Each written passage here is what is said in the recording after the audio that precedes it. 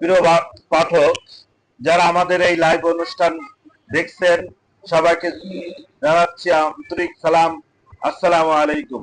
আমার ডান পাশে আমাদের একজন বিশিষ্ট লোক আসছেন, বিশিষ্ট ব্যবসায়ী, সেনাটির এই 7, 8, 9 ওয়ার্ডে তিনি তার পদচারণা।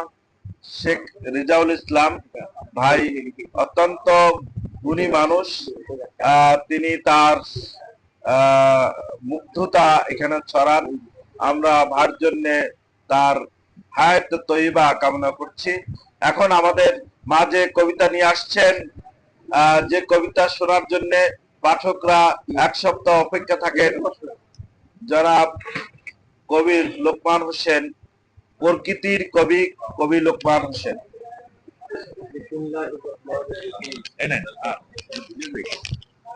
বিসমিল্লাহির রহমানির রহিম। আমি এই কবিতাটি ভান্ডারিয়ায় বসে লিখেছি।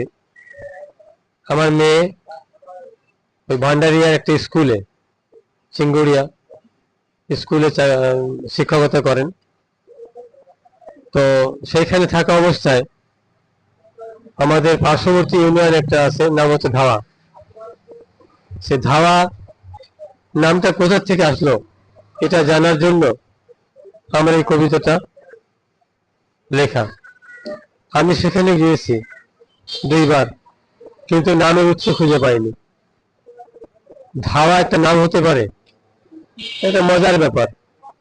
তাই আমিও ধাওয়া নিয়ে এই কবিতাটা লিখলাম।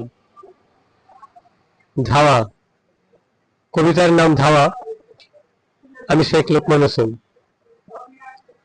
যে গায়েতে বসত আমার, নামটি তাহার চিঙ্গুড়িয়া। ইউনিয়ন হলো নদমুলা, শিয়ালকাঠি আর থানা ভান্ডারিয়া। রোজ প্রভাতে বেড়াই হেঁটে আমি আর মেয়ে, নিত্যদিনই নতুন জায়গা দেখার ইচ্ছে লয়ে। সেদিন আমায় বলল মেয়ে, আজকে যাব ধাওয়া। নামটি শুনে খটকা লাগে, কোথা থেকে পাওয়া।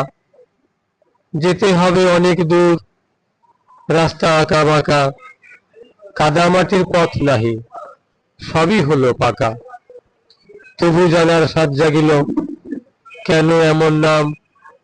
2 শতাব্দী পেরিয়ে আজও ছড়ায় সে সুনাম। চলো তবে গিয়ে দেখি, কে বলিতে পারে প্রবীণ কোন লোকের সাথে দেখা হলে পরে।